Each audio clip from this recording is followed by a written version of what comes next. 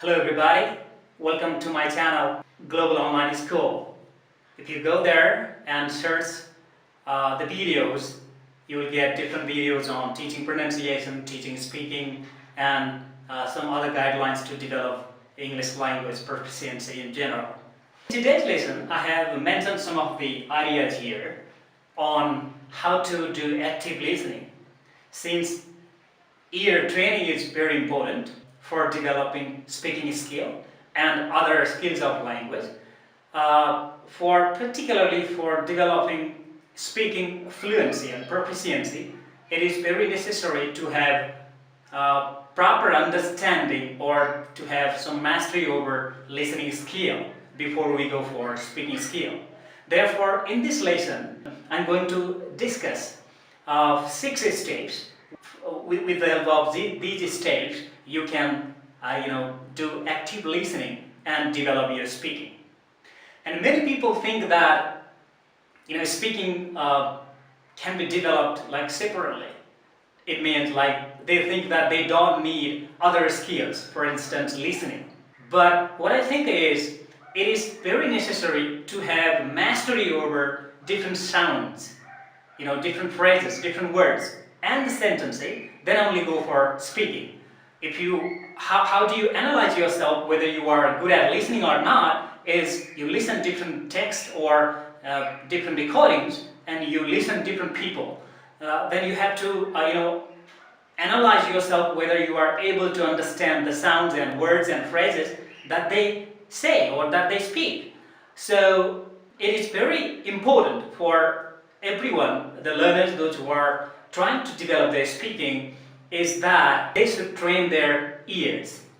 If you train your ears with different sounds, sounds, then only you can develop your speaking, because you perceive the sounds first, you perceive the phrases first, you perceive the sentences first, then only you go for speaking. So here are some of the active listening steps which you can follow and develop your speaking in a proper way. This is what, in other words, I say ear training. We have to train our ear. We don't have to make our ears passive. We have to make them active to speak properly, to listen properly, then have proper pronunciation in English language. So let's jump into it. First step for active listening, or to train your ears, is to identify an appropriate text or recording. So what I mean by this, there are different texts or recordings that you can get online, and these texts or these recordings might be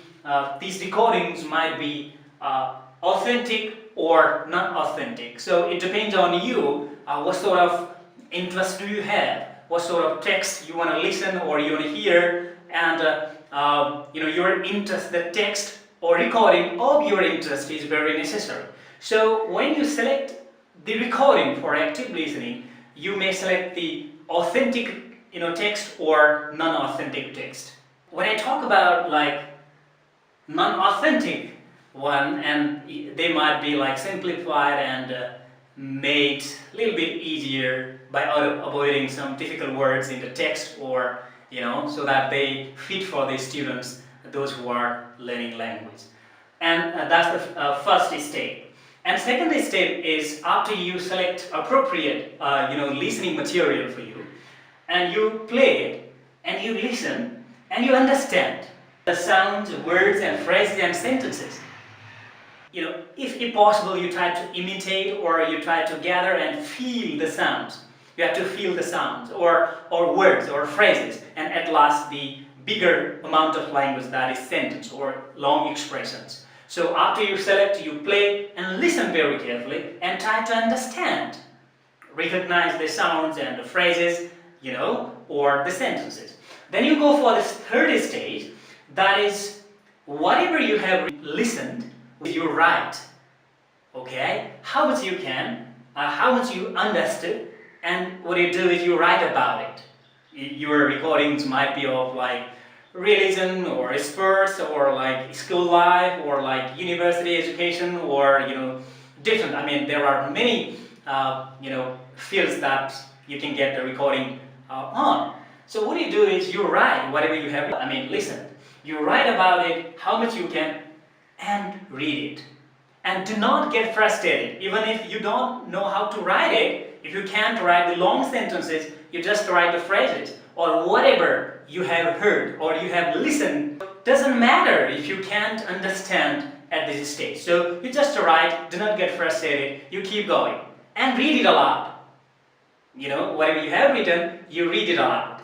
And that helps you to train your organs of speech to produce the sounds, because you already know how the speaker in the recording is producing the sounds. And you have to, exercise your organs of speech. For instance, tongue on the jaws, lips and tongue, where the tongue goes when you produce a particular sound. So this is what you have to do.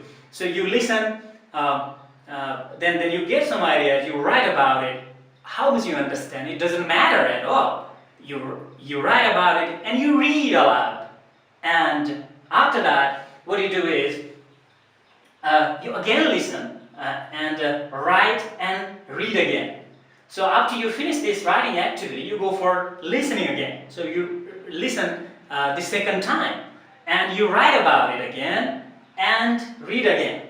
But what you have to do here is you make sure you have written a little longer than the previous writing.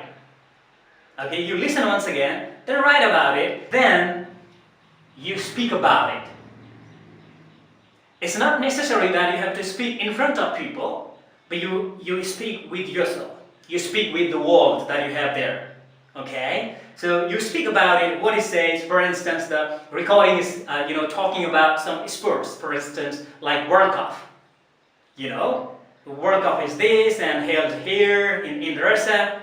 So you may get this sort of like passage here if you are listening about sports, World Cup especially. So you get the idea from there, then you listen once again, then you speak about it. And when you speak, very important thing that you have to remember is to paraphrase whatever is there in recording text. What I mean by paraphrase means whatever you listen, you don't have to speak in this stage. You are not speaking exactly the words that the speaker in the recording has said, but you are, getting the message from that recording, but you are using your own words. That is called paraphrasing. So you are not exactly copying the words or sentence by sentence or words by words, but you are getting the message from that recording and using your own words. So here you speak about it. You speak about the text. So it doesn't matter if you commit grammatical errors, if you commit other errors, pronunciation errors, it doesn't matter at all. What you do is you keep doing that. Okay? And the last stage is to record. Now here, what you speak, you listen to the tape, you listen to the story or the recording. Then at the last stage, this is also a production stage. You are producing something. You speak and you record in your mobile, you have device, or in your computer. If you have recording device, you just record your voice and you listen to your voice this time. Okay? You are not listening the original text, you are listening your voice. What do you do in this stage really is, after you listen a couple of times, you are recording whatever you have written. Whatever you have listened, whatever you have, worked on. So record your voice in the mobile and listen to it, and feel it, how you feel about your voice. Some people don't like to listen their voice themselves, and they feel like, my voice is not good, I don't speak properly, sort of things. They are really hesitant to listen their recording or their voice. I had a problem in the beginning, so I used to record my voice and listen. I felt very terrible about my voice. I didn't like it at all. My lip posture, everything, my voice, I didn't like at all. But later on, I kept listening and recording my voice. Then I love it now. you know. So you have to make your habit to love voice, whether that is wrong or right. But if you record your voice, whatever you have listened, whatever you have worked on in the previous stages, then what you do is you record your voice. You listen to your voice now. You are not listening your original text. The original text that you have listened in the beginning, you are not doing that. You are listening your own voice. Now you are going to be a master at the end. So if you repeat this process for active listening, you know, you can listen different text and you can develop your speaking in a desired manner. But listening can be passive as well. I'm not saying you don't have to listen passively. You know, there is a passive listening and active listening. If you use these sort of processes to listen, this is called active listening. Therefore, English learners always have to do active listening along with passive listening. Peculiar sounds of English language. So, and they don't feel difficulties to listen different texts later on.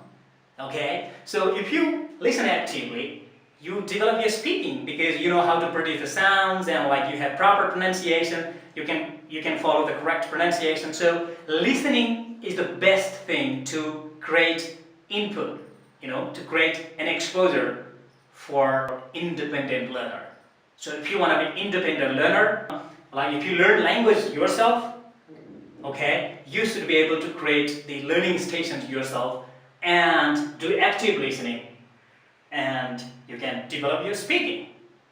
So where do you get the recording from? There are different recordings, like you go online, like, you know, YouTube videos, like you can work on it, or native speakers or non-native speakers, those who speak good English. It's not necessary that you have to like listen to the native speakers or what, so it's not the case. So you can go for good speakers of English. There are many non-native speakers, they are really good in speaking. So it is not necessary to listen to the native speakers all the time, okay? But you can get the videos like podcast, for instance. You can go for that and listen to these and make it active listening by following these 6 steps. Thank you very much. Don't forget to subscribe my channel, Global Online School. Thank you.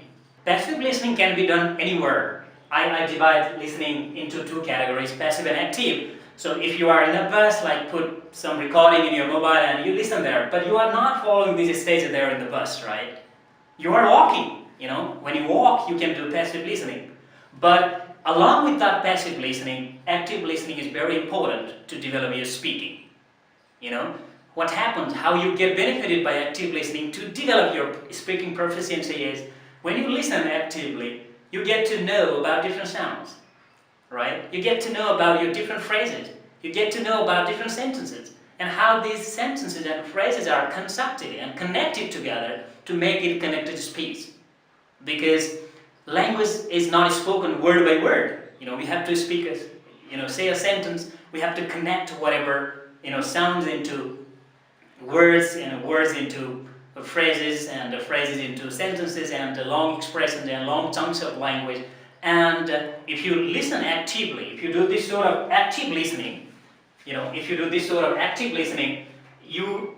are training your ears.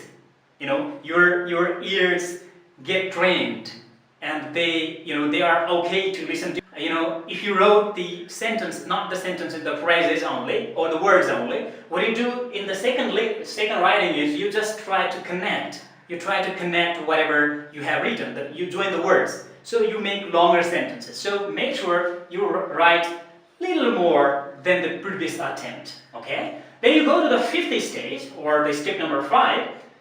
You listen again. You listen again. This becomes 3rd time. Okay? You already have listened 2 times.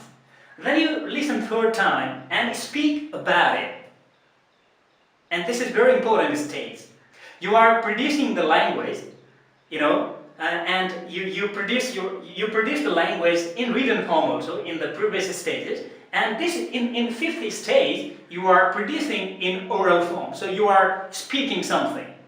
So you have already listened a couple of times, you have written something, and you understand what the recording is saying.